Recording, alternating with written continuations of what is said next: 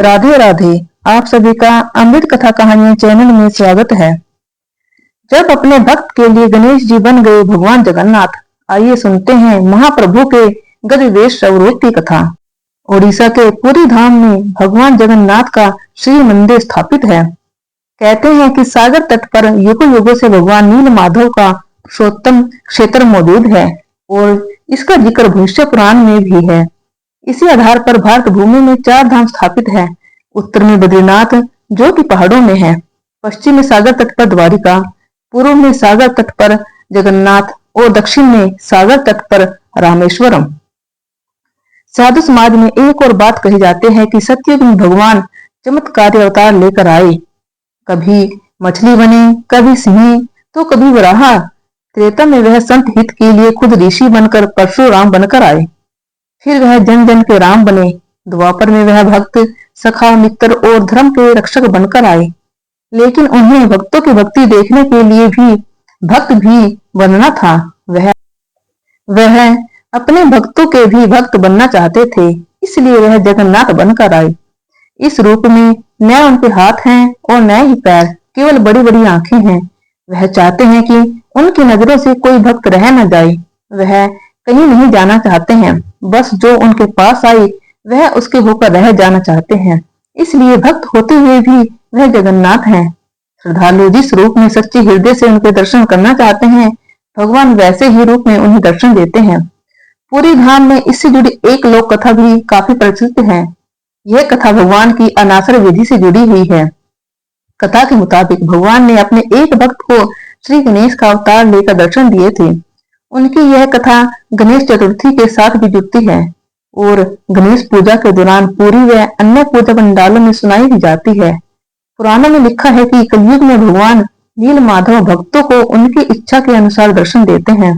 वह भक्तों के बीच ही निवास करेंगे। इसी आधार पर यह कथा कही जाती है। कहते हैं कि 16वीं शताब्दी में महाराष्ट्र के एक गांव में एक मूर्तिकार गणेश भक्त गणपति भट्ट रहते थे।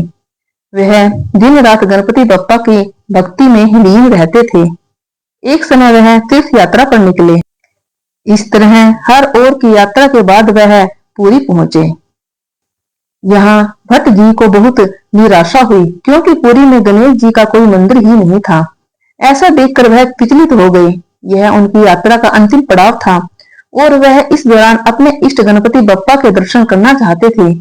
वह बप्पा की भक्ति में इतने मगन थे कि भगवान जगन्नाथ के मंदिर में बिना दर्शन किए ही पूरी की यात्रा छोड़कर लौटने लगे। इस तरह उनकी 4 धाम की यात्रा भी अधूरी हो रही थी। यहाँ तक कि पूरी में भगवान का महाप्रसाद भी उन्होंने ग्रहण नहीं किया। वह इसी तरह विचलित होकर लौट रहे थे कि रास्ते में उन्हें एक ब्राह्मण युवक मिला। उस युवक ने भट्ट जी को इस तरह विचलित हुए देखा तो उसकी वजह पूछने लगा। तब गणेश भक्त ने कहा, मैं यहाँ अपने प्रभु के दर्शन करने आया था, लेकिन यहाँ तो उनका कोई भी मंदिर नहीं है। इसके बाद उन्होंने कहा कि मैं खुद ही यहाँ एक मंदिर तराशूंगा।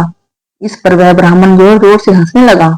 फिर उसने कहा, शुभ काम में देरी क्यों, आप यहीं अभी ही गणेश प्रतिमा का निर्माण करना शुरू कीजिए।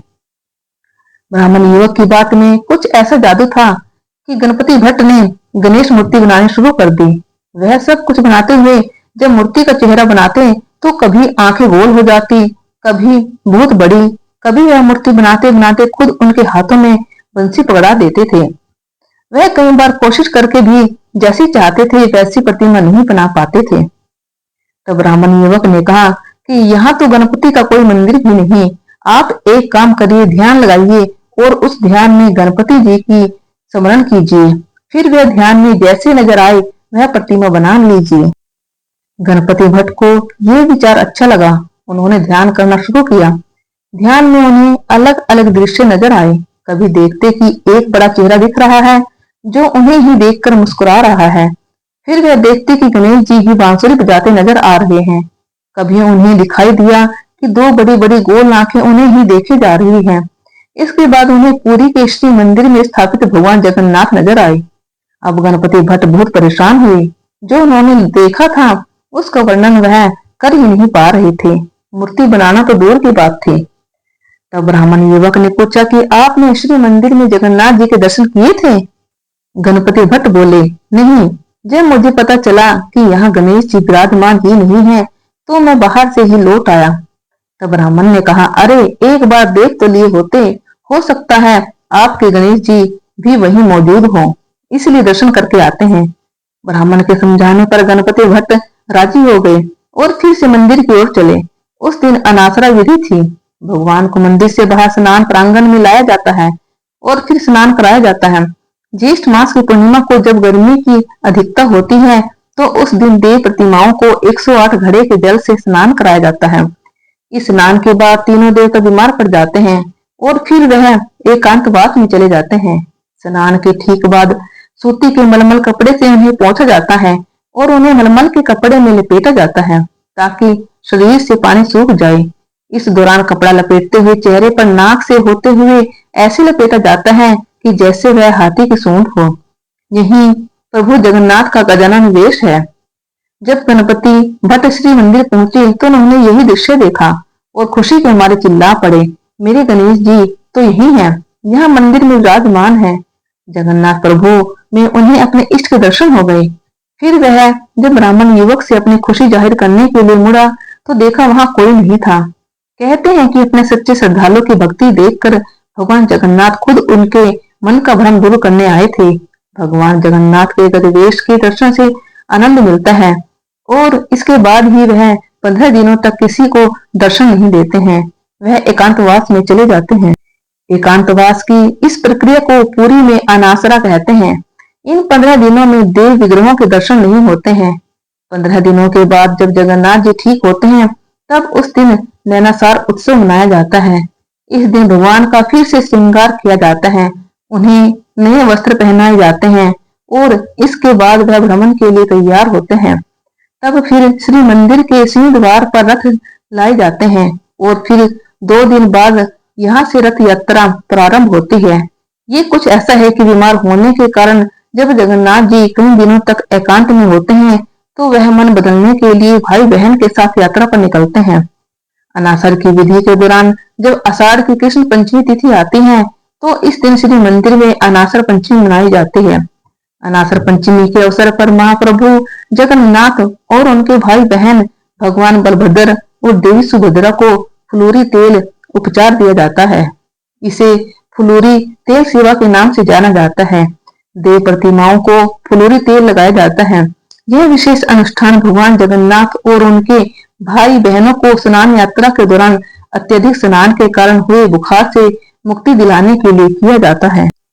फुलोरी तेल विधि के लिए कई सुगंधित फूलों जैसे केतकी, मल्ली, बोला और चंपा, जड़ों, चंदन पाउडर, कपूर, चावल, अनाज और जड़ी बूटियों के साथ तेल को मिलाकर फुलोरी तेल तैयार किया जाता है। फुलोरी तेल बनाने के लिए शुद्ध तिल का तेल, बेना की जड़ें, चमेली, जुई, मल्ली जैसे सुगंधित फूल और चंदन पाउडर उन 24 सामग्रियों में से जिनका उपयोग किया जाता है। हर साल रथ यात्रा के 5वें दिन हेरा पंचमी के अवसर पर तैयारी शुरू होती है और लगभग 1 साल तक जमीन के नीचे संग्रहित होने के बाद मंदिर के अधिकारियों को उपयोग के लिए सौंप दिया जाता है। तीनों देवता रथ यात्रा से 1 दिन पहले नवजुबाना दर्शन के अवसर पर फुलोरी तेल उपचार के बाद अपनी बीमारी से ठीक हो जाएंगे और फिर रथ यात्रा निकलेगी।